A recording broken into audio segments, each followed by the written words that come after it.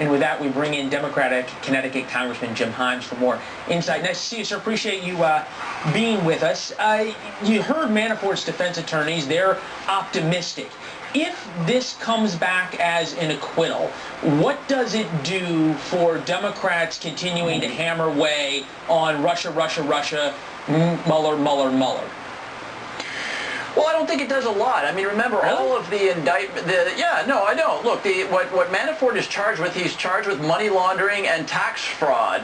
None of these charges pertain to communications, collusion, any sort of relationship with Russia. Now, it is interesting to look at the contacts that he had with Russian oligarchs, that he had with the Ukrainian president. But this is a Congressman, typically in these cases, and prosecutors will tell you this, they go after the lowest hanging fruit first. If Mueller can't even get a conviction on what is conceivably his lowest hanging fruit, they haven't brought any charges about collusion. So far, there isn't any evidence of collusion, if that is a crime, which it's not, but there hasn't been any evidence of crimes committed between the Trump campaign and Russia. You're telling me an acquittal in their first trial isn't a big deal?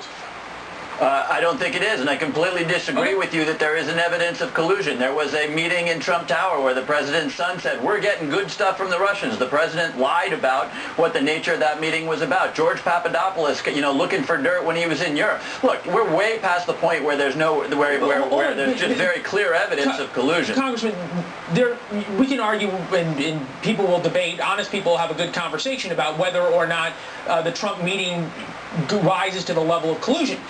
There is no statute against collusion.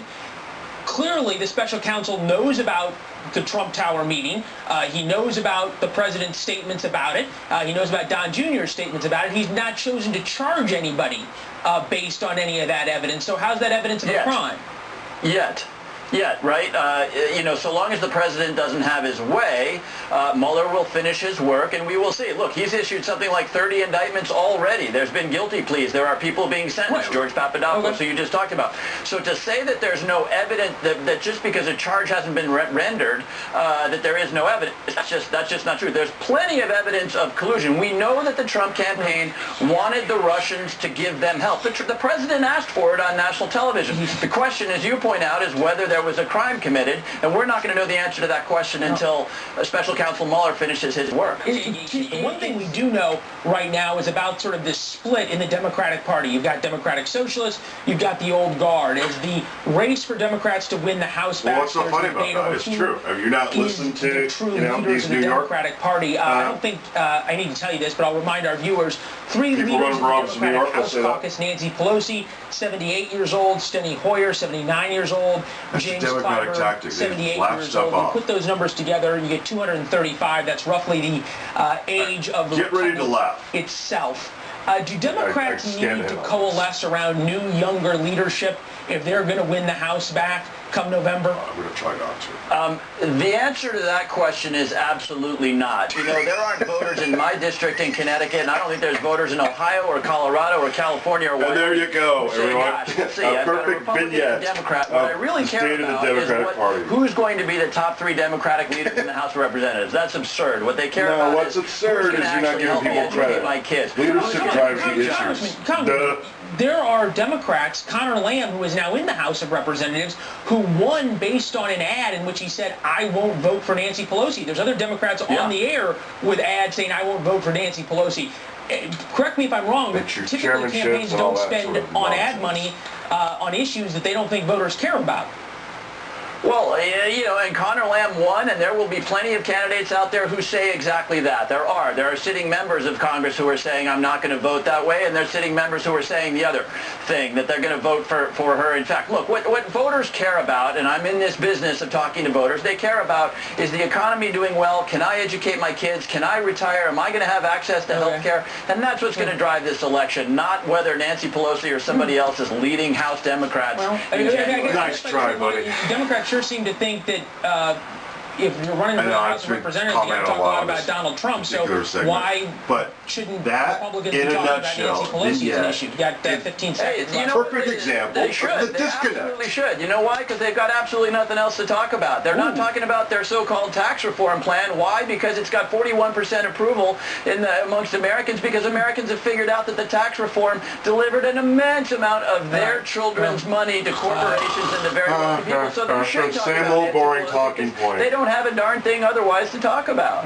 At least the president seems to think it's a winning strategy. We'll see if it is. Congressman, we sure appreciate you being here. Thank you.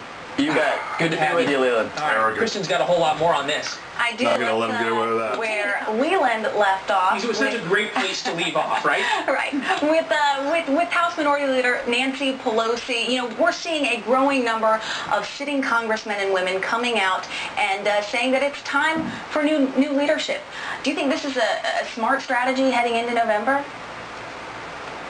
Yeah, and I'm glad it's you and not Leland, because he just argues with everybody. So I'm glad it's you. We can Are have you a saying discussion. I'm a soft interviewer? Come on, now I gotta be tough on you. No, I'm just saying you're very nice. That's something Leland knows nothing about. But, I agree. kidding, Leland. I'm kidding. Look, Nancy Pelosi is obviously in trouble. 6 months ago, we had 15 likely winners who are Democrats for the House saying they weren't going to vote for her. Well, you know, it's gone up from there. There's now about 50, counting some people who probably won't get elected. Right. But that's an awful lot of people from your caucus saying you're not going to win. Plus, the Democrats the Republicans are airing lots of ads against vulnerable Democrats, trying to tie them to Nancy Pelosi or make them take a stand about whether or not they'll vote for her for Speaker. So, of course, she's an issue. To be fair, there's also issues with the Republican leadership, not necessarily from within their own party like it is with the Democrats, but a super PAC came out yesterday, a PAC that supports House Democrats, with a blistering ad against the current Republican leadership. Watch this. Jim Jordan. Remind you of Joe Paterno? Kevin McCarthy, Paul Ryan's protege with a lot of baggage. And Steve Scalise, linked to KKK leader David Duke. No wonder they aren't looking out for you. I mean, that's a personal, pretty vicious ad. What do you think of that strategy?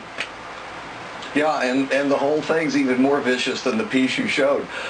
Look, the Democrats are trying to elevate or really put fire back in the old culture of corruption issue that they used successfully in 2006 to change the House from Republican to Democratic. The culture of corruption worked in 2006. In 2018, I don't think it's going to cut quite as much, mainly because Donald Trump and the incumbent administration is kind of the center of a midterm election. That's normally true, but it's more true than it's ever been, because every day we have 10 new issues from the Trump administration. So I don't know that it will cut that much, but in some districts it might have an effect. So I know we're still 80 days away from the midterms, but you're famous for your crystal ball, so I'll ask you to play the game. With 80 days to go, who's going to win the House? Who's going to win the Senate? Yeah, no more cracks, please, in the crystal ball. Let's say on the House, we're calling the Democrats soft favorites, which means that if you have a blue wave, we don't think at the current time it's going to be one of these tsunamis that wins you 40, 50, 60 seats. It looks to us, with Democrats needing 23, more like they're just over that number right now. Maybe it'll grow before November, or maybe it'll pop back. But right now they're soft favorites to take over the House by some modest margin. The Senate's another matter entirely. That is likely to continue to be Republican. It would take an inside straight times 3 for Democrats to hold on to the Senate because of the seats that are up. You only have a third of the seats up, and the Democrats are having to defend 26 of those seats. So it means they have the lion's share of territory to defend. 10 of those seats are in states that Donald Trump carried by a mile.